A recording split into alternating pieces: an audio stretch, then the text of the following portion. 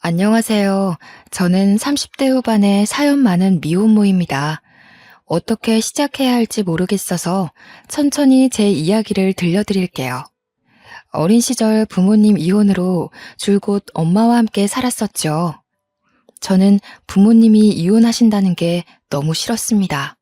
어린 마음에 아빠도 엄마도 모두 좋았으니 말이죠. 그러나 시간이 지날수록 부모님께서 언성을 높여 싸우는 일을 자주 목격해야 했고, 그럴 때마다 엄마가 너무 고통스러워하는 게 보였어요.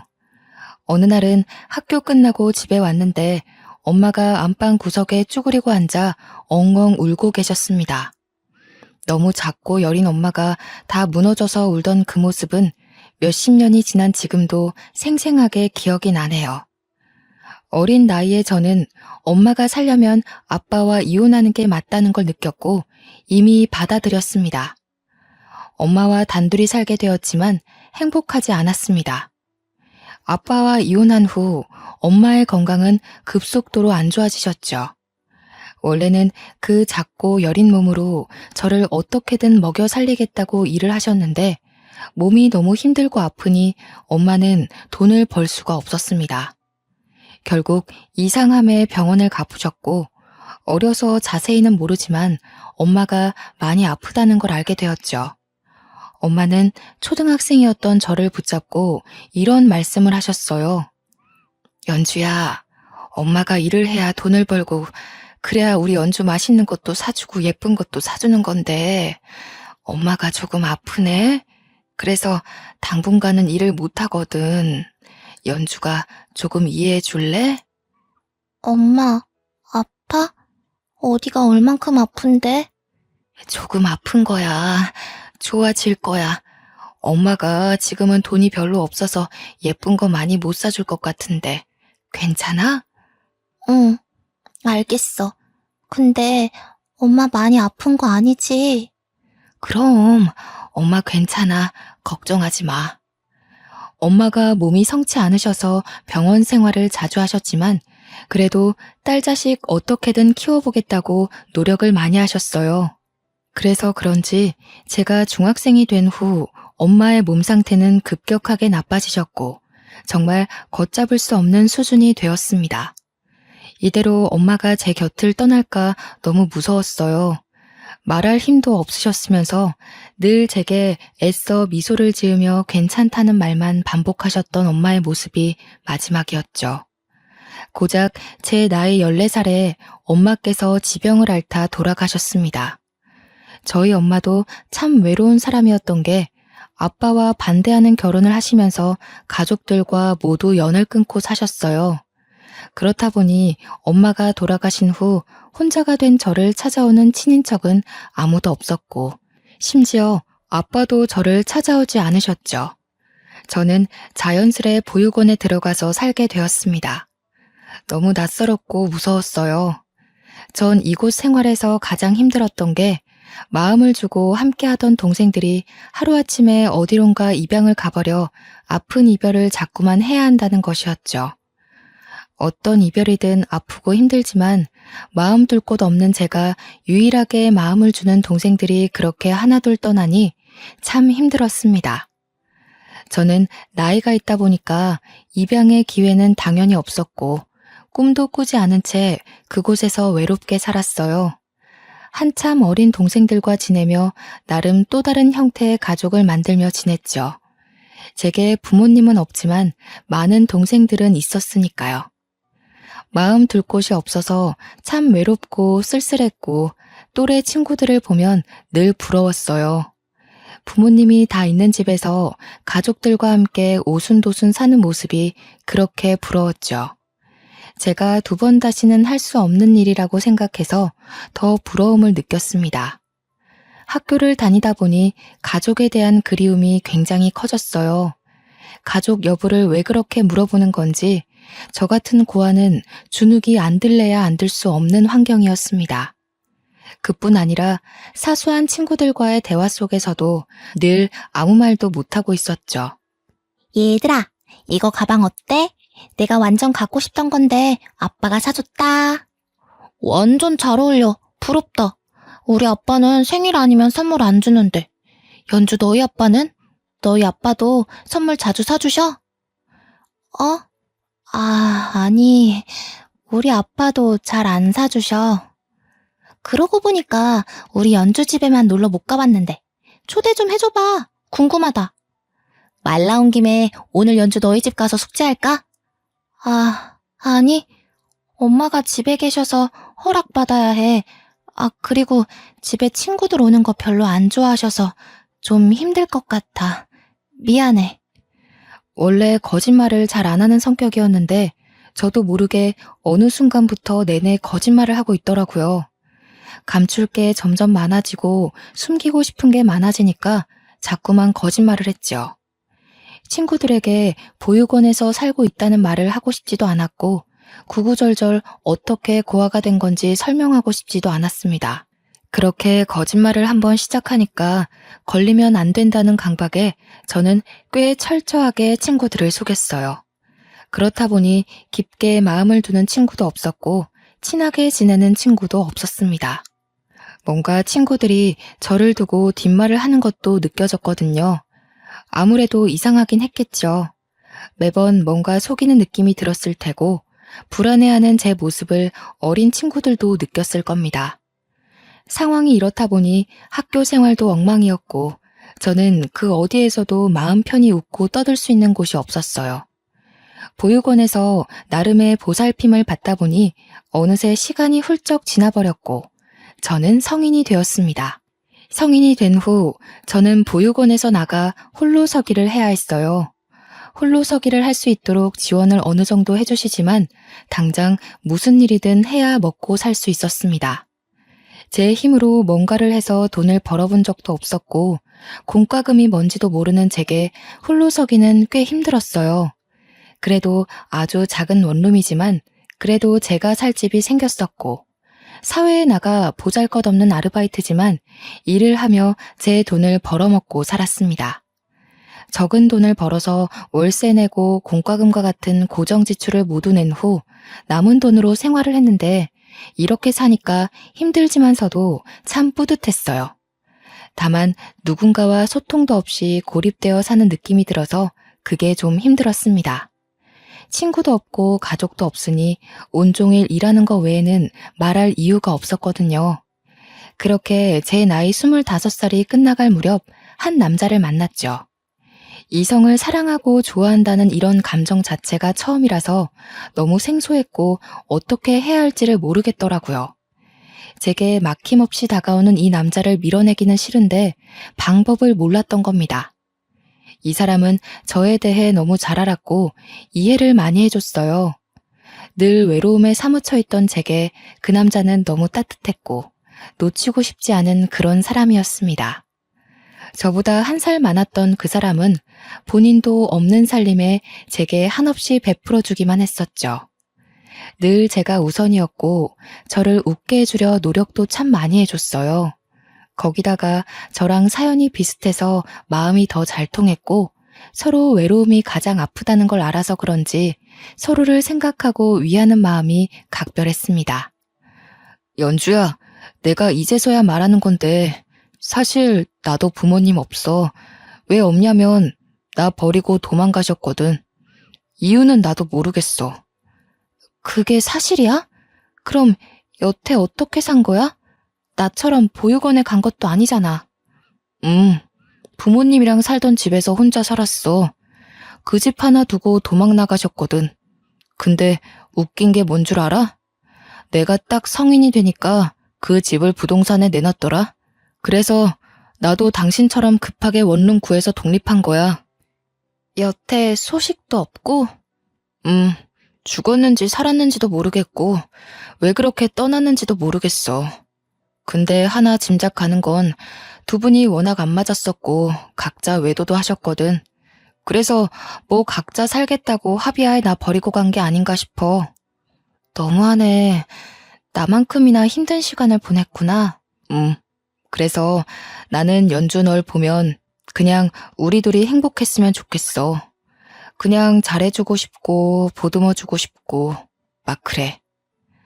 대충 사연이 있다는 건 알았지만 이렇게까지 아픈 사연이 있는 줄은 몰랐습니다. 저희가 어느 정도 서로에 대한 마음이 각별해지니 그 사람은 제게 속내를 털어놓고 본인이 어떤 일이 있었는지 말을 해주더라고요. 사실상 사연이 살짝 다른 것 외에는 둘 다 어린 나이부터 외롭게 혼자 살았다는 동질감이 느껴져서 그런지 더 애틋한 사이가 되었습니다. 그냥 쳐다만 봐도 좋았고 외롭고 쓸쓸한 감정이 다 차오르는 듯 했습니다. 그런데 철도 없었고 배운 것도 없이 부족한 저희 두 사람이 너무 앞만 보고 사랑해서인지 너무 빠르게 아이가 찾아왔고 당황스러웠어요. 그간 돈을 벌어두긴 했으나 살림을 차리기에는 턱없이 부족한 돈이었는데 아이까지 키울 자신은 없었죠. 그러나 제 뱃속에 생긴 생명을 결코 포기할 수 없었습니다. 전 임신 사실을 알자마자 애아빠에게 말을 했어요. 나 할 말 있는데 자꾸 생리를 안 해서 임신 테스트기를 해봤거든? 그랬더니 2줄이 나온 거야. 그래도 혹시 몰라서 병원까지 가봤는데 임신이 맞대. 뭐? 임신이라고? 아, 임신이래. 왜 싫어? 싫다기보다는 당황스러운 거지. 우리가 가진 게 없으니까. 아니야, 그래도 걱정하지 마. 내가 너랑 아기 책임질 테니까 걱정 마. 잘할 수 있어, 우리는. 그렇지? 우리 그럴 수 있잖아. 맞지? 난 사실 무서웠거든. 당신이 아기 지우라고 할까봐. 우리 아기인데 지우긴 왜 지워. 당연히 낳아서 키워야지. 우선 집부터 합치고 각자 모은 돈 좀 합쳐서 어떻게든 해보자. 애아빠에게 임신 사실을 고백했을 때 처음에는 당황한 듯 보였으나 이어 아주 든든한 말을 해줬습니다. 그래서 안심이 되었고 무섭지만 믿고 새 출발을 할 수 있었죠. 저도 애아빠도 각자 작은 원룸에서 살고 있었는데 제가 살던 집을 빼버리고 애아빠 집으로 들어갔습니다. 그쪽도 원룸이지만 방 사이즈가 컸고 분리형이라 아무래도 살기에는 그쪽이 더 좋은 조건이었어요. 그렇게 집을 빼고 받은 보증금과 제가 모아둔 2천만 원 남짓의 돈은 애아빠가 관리하기로 했습니다. 저보다 경제관념이 뛰어났고 현명했거든요. 그리고 바로 더 큰 집으로 이사할 수 있었지만 조금이라도 더 모으고 가자는 애아빠 말에 그 집으로 들어가서 우선 몇 달이라도 살기로 한 거였죠.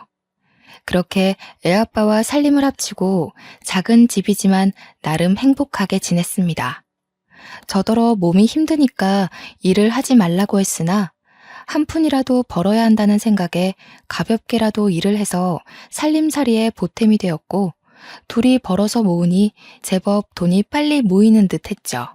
당장은 너무 없는 살림이고 부족한 게 많지만 애아빠도 저도 뚝심이 있고 악바리 근성이 있기 때문에 뱃속에 아이 하나 굶기지 않고 잘 살 자신이 있었습니다.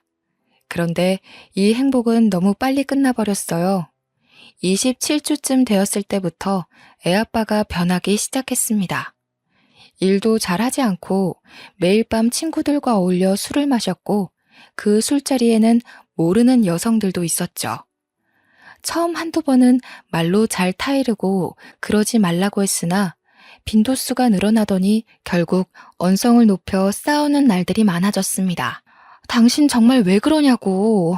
곧 있으면 우리 꼼꼼히 태어날 건데 갑자기 이렇게 철없이 굴면 어떡해? 임신한 나도 일을 하고 있는데 당신이 일도 안 하고 술 마시면서 놀 때야? 아씨 짜증나게. 너는 왜 나만 보면 떽떽거리고 잔소리를 하냐? 네가 엄마야?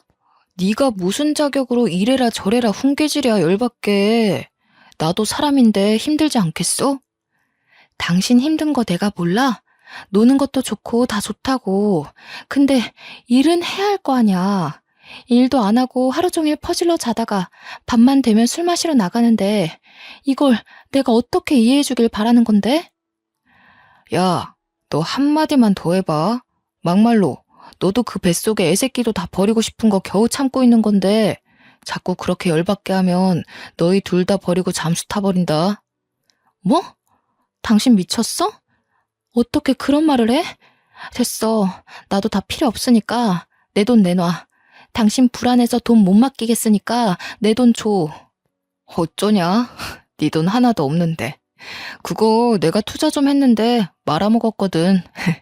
우리 재산이 아마 영원일걸? 뭐? 당신 진짜 제정신이야? 어쩌려고 그래 대체? 왜 그러냐고. 당장 내일 모레면 꼼꼼히 태어날 건데 정말 왜 그러냐고. 애아빠는 점점 변하다 못해 저희 두 사람의 전 재산으로 돈놀이를 했습니다. 물론 결과는 처참하게 망했죠. 이렇게 싸우는 빈도수가 늘어나다 결국 애아빠는 만삭인 제게 손찌검까지 했고 제게 말도 없이 살던 집을 빼버렸습니다. 결국 만삭인 배를 부여잡고 간단한 옷까지만 챙겨서 그 집에서 나와야 했어요. 돈도 없고 오갈 곳도 없어 너무 막막하던 저는 길바닥에서 얼마나 울었는지 모르겠습니다. 저런 사람도 애아빠고 남편이라고 믿고 돈을 다 맡긴 제 스스로가 너무 한심하게 느껴졌죠. 이후 미혼모 쉼터에서 생활을 하게 되었고 애아빠의 소식을 찾아보려 했으나 얼마나 꽁꽁 숨었는지 찾을 수도 없었습니다. 솔직한 심정으로 살 자신이 없었고 막막했어요. 그러나 이 극한 상황에 이악 물고 진통 다 겪어가며 낳은 제 딸아이를 보면 전 살아야 했습니다. 저 하나 믿고 이 세상에 나와준 딸아이를 제가 지켜주고 싶었죠.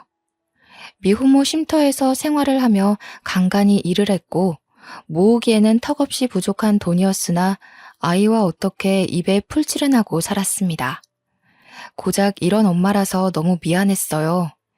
해주고 싶은 것도 너무 많았고 저와는 다르게 부모 사랑 듬뿍 주며 아이를 키우고 싶었는데 아이와 살 집도 없어 미혼모 쉼터의 작은 방에서 아이와 둘이 사는 게 너무 속상했습니다. 그래도 다행이었던 건 옆방에 있던 미혼모 동생과 친해져서 서로를 배려해주기로 했어요. 저는 야간 시간에 일을 할 거라 그 시간대에 동생이 제 딸을 함께 봐주었고 반대로 오전에는 그 동생이 일을 해서 제가 아이를 함께 봐주었죠. 이렇게 서로 도와주지 않으면 결코 일을 할 수가 없는 상황들이라 공동 육아를 하며 돈을 벌었습니다. 미혼모로 사는 게 결코 쉽지 않았어요. 아이를 혼자 육아해야 하는 건 솔직히 상관이 없었는데 혼자 육아를 하다 보니 일을 할 수 없다는 게 힘들었습니다. 아이만 보자니 생계 유지가 쉽지 않았고 생계 유지를 하자니 아이를 볼 수 없는 답답한 상황의 연속이라 이게 가장 힘들었죠. 거기다가 너무 작은 딸아이를 두고 나오는 게 발길이 떨어지지도 않았습니다. 그러나 저는 부족한 엄마라서 남들보다 더 이를 악물고 최선을 다해야 했어요. 그러던 중 미혼모 쉼터에서 나와야 하는 날이 다가오고 있었습니다. 거기가 무슨 숙박업소가 아니기에 쭉 장기간 있을 수는 없는 노릇이라 나와야 했고 너무 형편없는 집이지만 작은 원룸을 구해 아이와 살게 되었죠. 좋은 것만 먹이고 입히고 다 해주고 싶은 마음과는 다르게 끼니나 제대로 챙겨주면 다행일 정도로 형편없는 엄마인 제가 너무 싫었습니다. 그렇게 아이와 독립을 한 후의 삶은 처참했어요. 아이를 맡길 곳도 없고 맡길 돈도 없었기에 함께해야 했는데 아이를 데리고 일할 수 있는 곳을 찾는 게 결코 쉬운 일은 아니었습니다. 유모차 하나 살 돈도 없는 형편이라 애를 안고 업고 다니며 이리저리 일자리를 구했으나 하나같이 돌아오는 말은 똑같았어요. 아기가 정말 순해서 울고 보채지도 않을 거예요. 그냥 같이만 있을 수 있게 해주시면 정말 열심히 할게요. 사장님, 저 일 좀 할 수 있게 도와주세요. 제가 미혼모라 아이를 맡길 곳이 없거든요. 누가 일터에 애를 데리고 와서 일을 합니까? 막말로 그쪽이 사장이면 애 달고 나오는 직원을 뽑겠어요? 혼자 나오는 직원을 뽑겠어요? 이건 어쩔 수 없는 거니까 그냥 가세요. 아, 사장님, 제발요. 저 정말 누구보다 열심히 할 수 있어요. 제발 부탁드릴게요. 아, 진짜 왜 그래요, 불편하게. 나도 돈 주고 사람 부리는 입장인데 사정 다 봐주면서 눈치 보며 직원 뽑을 이유는 없잖아요. 그만하고 나가세요. 아니면 뭐 밥이라도 한 끼 먹고 가던가요. 그렇게 혼자 못 키울 거면 애 아빠한테 보내지. 왜 고집 부려서 둘 다 힘들게 삽니까? 제가 일자리를 구하면서 가장 많이 들은 말이 능력도 없으면서 애를 왜 데리고 있냐는 말이었어요. 본인만 힘든 게 아니라 애도 힘든 건데 애 아빠한테 보내라고 말이죠. 물론 저들은 사정을 모르니 그렇게 말할 수 있겠다는 생각이 들면서도 막상 들으면 가슴이 저릿했습니다. 일자리를 매일같이 구했지만 아이를 데리고 할 수 있는 일은 아무것도 없었고 그나마 모아둔 돈도 거의 다 떨어져 가는 상황이었죠. 저는 굶어도 괜찮은데 딸아이를 굶길 수는 없었고 정말 막막했습니다. 이때만 생각하면 너무 마음 아픈 게 매일 밤 잠든 딸아이를 보며 소리도 못 내고 베개로 입을 틀어막고 참 많이 울었죠. 이 답답하고 막막한 현실을 어떻게 헤쳐나가야 할지 모르겠더라고요. 일을 하고 싶은데, 아니, 정확하게는 어떤 일이라도 할 수 있는데 제발 누가 제게 일 좀 시켜줬으면 하는 마음이 아주 간절했습니다. 가족이라도 있으면 아이라도 맡기고 일을 했을 텐데 제게 딸 말고는 아무도 없다는 이 현실이 참 아팠죠.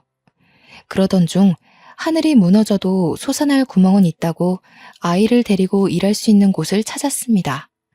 그걸 찾자마자 저는 아침 일찍부터 아이를 데리고 길을 나섰어요. 무슨 일이 있어도 이 일자리는 제가 꼭 해야 했기에 너무 간절한 마음으로 향했죠. 거의 다 도착했을 때쯤 길을 헤매게 되었습니다. 초행길에 골목이 많아서 많이 헷갈리더라고요. 이리저리 빠른 걸음으로 걸어가고 있던 찰나 골목길에 어떤 사람이 쓰러져 있는 걸 발견했습니다. 저는 너무 깜짝 놀라서 쓰러진 사람에게 다가가 막 흔들었어요. 저기요, 할아버지, 제 말 들리세요? 할아버지! 배고파. 네? 할아버지, 어디 편찮으신 거예요? 제 말 들리세요? 살려줘. 골목에 쓰러져 있던 할아버지는 행색도 좋지 않았지만 무엇보다 안색이 너무 좋지 않았습니다. 그러나 저는 면접 시간이 다가와서 당장 가야 했죠.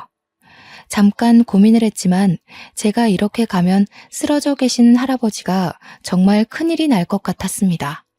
저는 우선 구급차와 경찰을 급하게 부른 후 급히 편의점으로 뛰어가서 생수와 삼각김밥을 사왔어요. 저도 주머니 사정이 좋지 않았기 때문에 뭘 많이 사드릴 수도 없었죠. 그렇게 사와서는 힘이 없어 제대로 앉지도 못하는 할아버지를 온몸으로 부축하며 겨우 골목에 기대 앉혔습니다. 할아버지, 제가 돈이 없어서 이것밖에 못 사왔어요.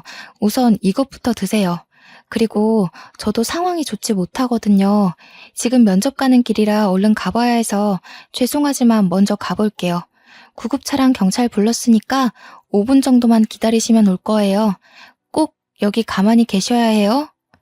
고맙네. 자네 전화번호랑 이름 좀 써주고 가게. 네? 아니에요. 할아버지 저 괜찮으니까 천천히 드시고 계세요.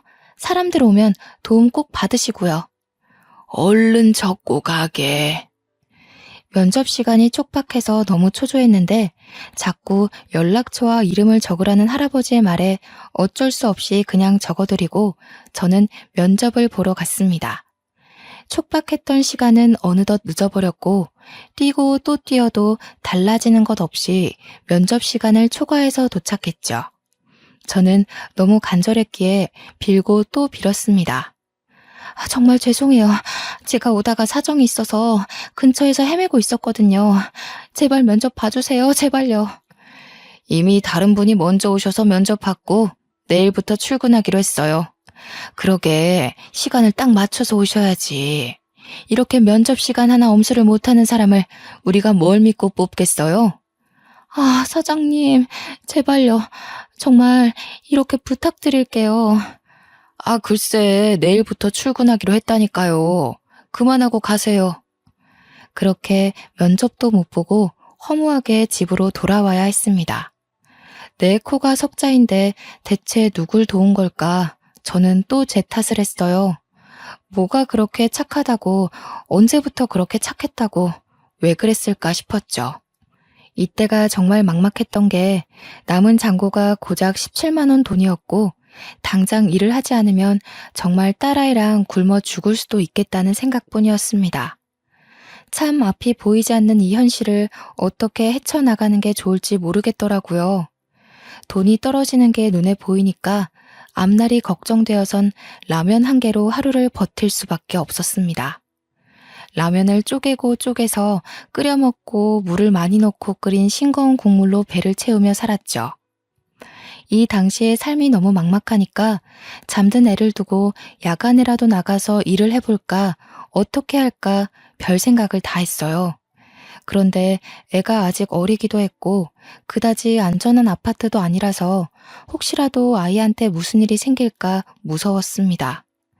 애 아빠한테 돈만 다 맡기지 않았어도 지금 이렇게까지 힘들지는 않을 텐데 라는 후회도 들었고 그냥 멍청한 제 자신을 한없이 탓했지요. 제가 이렇게 못나서 딸아이가 고생하는 것도 너무 미안했고 작은 원룸에 답답하게 내내 갇혀있는 것도 너무 미안했어요. 워낙 집이 작고 방음이 좋은 편도 아니라서 애가 밤에 울면 옆집이고 앞집이고 다 찾아와서 막 욕도 하고 언성도 높이고 그러더라고요. 안 그래도 무너지는 저를 더 무너뜨렸습니다. 마음껏 울지도 웃지도 못하게 하고 장난감도 사주지 못하는 저 같은 사람도 엄마라고 아이를 낳아서 이렇게 고생시키는구나 싶었죠. 상황이 이렇게 극한 상황이 되니까 아이를 낳지 말 걸 후회도 했습니다. 저야 똑같은 상황으로 돌아가도 우리 딸 낳을 것이만 딸아이를 생각하면 이런 능력 없는 엄마한테 태어나게 만든 게 너무 미안해서 후회가 되더라고요. 리아야, 엄마가 미안해. 엄마가 엄마라서 너무 미안해. 우리 리아 맛있는 것도 사주고 장난감도 사주고 엄마가 그러고 싶은데 아무것도 못 해줘서 너무 미안해 우리 딸. 매일 이렇게 딸아이에게 사과를 하며 지냈고 이날도 여느 때처럼 울고 보채는 딸아이에게 죄스러운 마음에 미안하다며 다독이고 있었습니다. 그런데 아이와 집에 있는데 갑자기 누군가 찾아온 겁니다. 저희 모녀가 사는 이 집에 찾아올 사람이 아무도 없었기에 조금 무서웠죠. 가끔 찾아온다고 해봤자 아이 울음소리 시끄럽다고 찾아오는 옆집, 앞집 남자들이라 선뜻 문을 열어주기 힘들었습니다. 누구세요? 나일세. 문 좀 열어보게나. 네? 누구세요? 나한테 준 삼각김밥이랑 물 갚으러 왔으니까 문 좀 열어보게나. 저는 정말 화들짝 놀랐습니다. 대낮에 저희 집을 찾아온 사람은 길가에 쓰러져 계셨던 할아버지셨죠. 제 면접을 망치게 했던 장본인이라 제가 많이 원망하고 있었던 그 할아버지가 너무 말끔한 차림으로 건장한 남자 둘과 함께 찾아온 거예요. 행색이 좋지 않았던 모습은 온데간데 없었고 정말 당황스러웠습니다. 순간 저는 반가운 반 신기한 반의 마음으로 문을 열어드렸죠.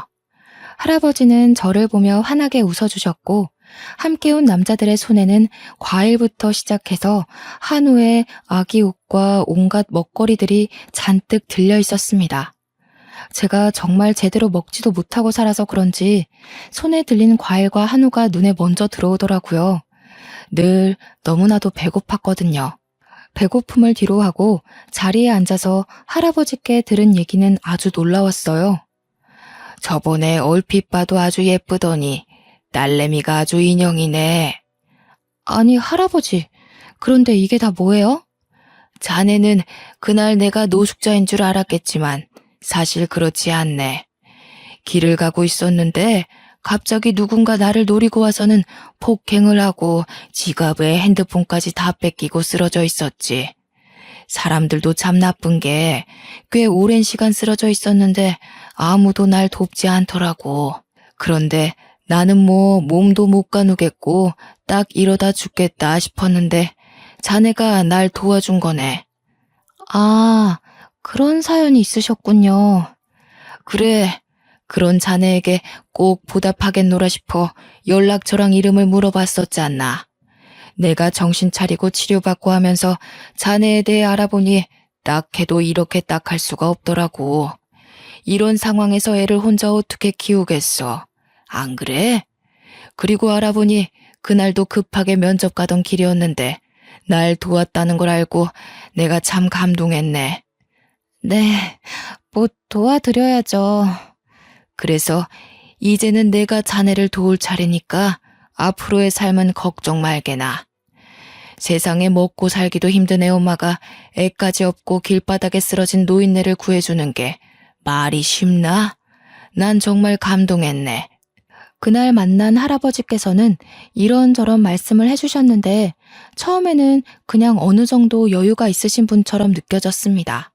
그런데 대화를 하며 알고 보니 이름만 들으면 알만한 기업의 회장님이셨죠.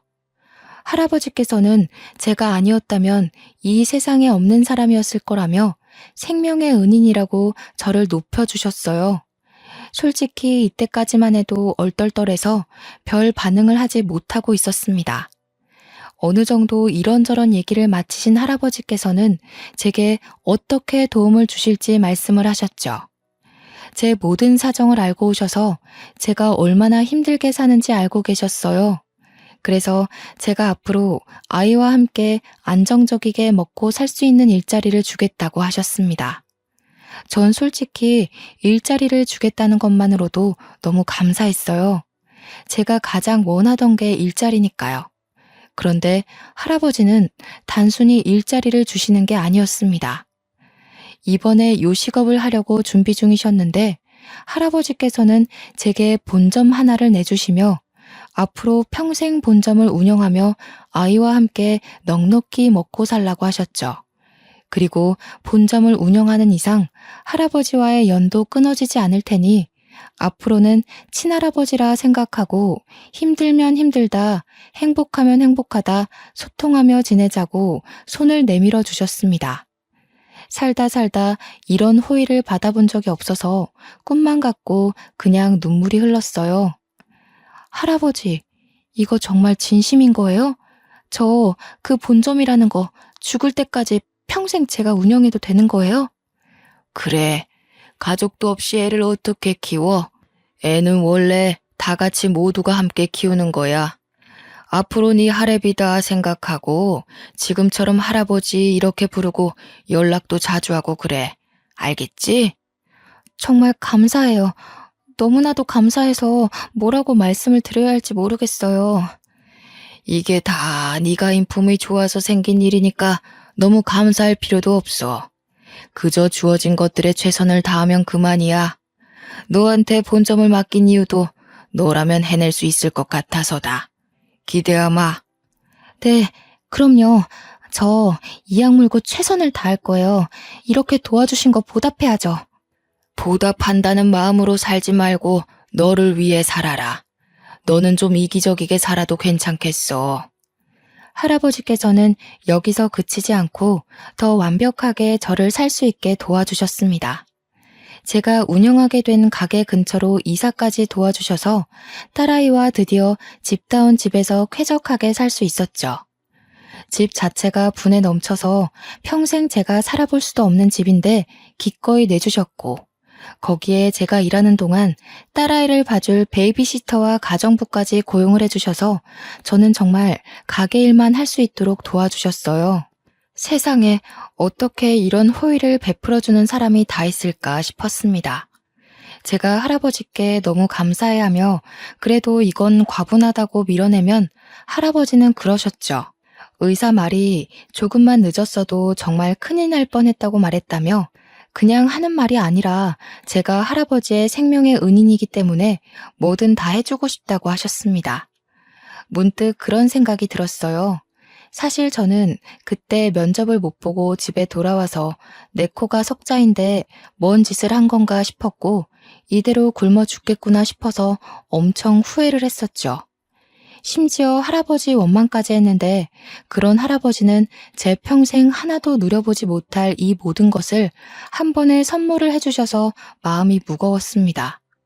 할아버지께 솔직하게 말을 했었는데 본인 같아도 도와줘 놓고 후회했을 거라고, 그건 이기적이고 나쁜 게 아니라 살아야 하고 애를 키워야 하는 엄마라서 그런 거라며 이해해 주셨어요.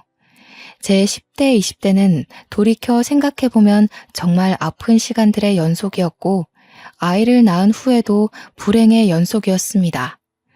아이를 보는 그 순간을 제외하고는 모두 기억하고 싶지 않은 시간들이었죠.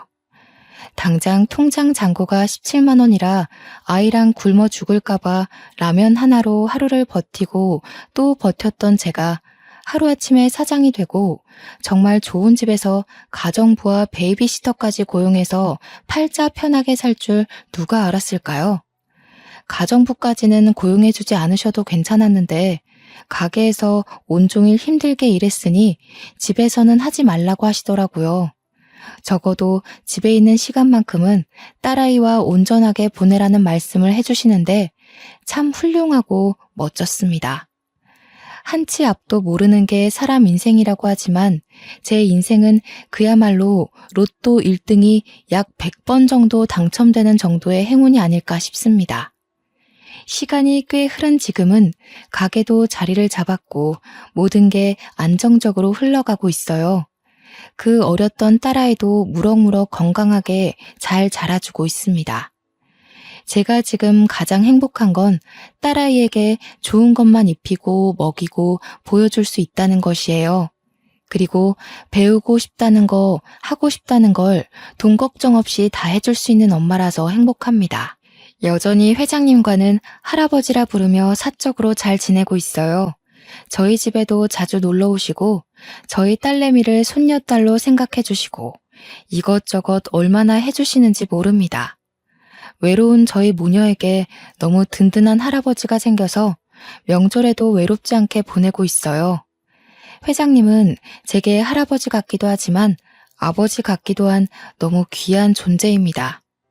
제가 한 번은 물어본 적이 있어요. 그때 왜 그렇게까지 저를 도와주셨냐고요. 그런데 할아버지께서는 그러셨습니다.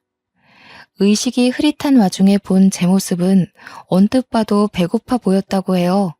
아이를 아기띠도 없이 손으로 안고 업고 물과 삼각김밥을 사들고 와서 바닥에 주저없이 무릎 꿇고 할아버지를 일으키는 모습에서 꼭 보답해야지 싶으셨는데 저에 대해 자세히 알아볼수록 마음이 아프셨다네요.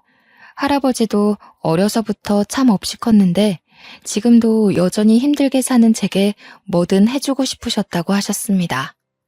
아마 할아버지를 그때 그렇게 만나지 않았더라면 지금쯤 저와 딸은 어떻게 살고 있을까요?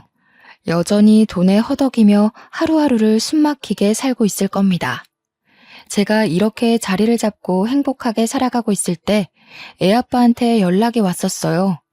솔직히 생각도 안 나고 살고 있었던 터라 많이 놀랐습니다. 여보세요? 연주 맞니? 세월이 그렇게 지났는데 목소리만 들어도 알겠네. 무슨 일이야? 내 번호는 어떻게 알았어? 어떻게 알았지.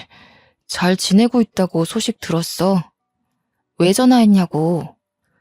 연주 너 나 미운 거 알고 원망하는 것도 아는데 그땐 내가 너무 어렸고 철이 없었어.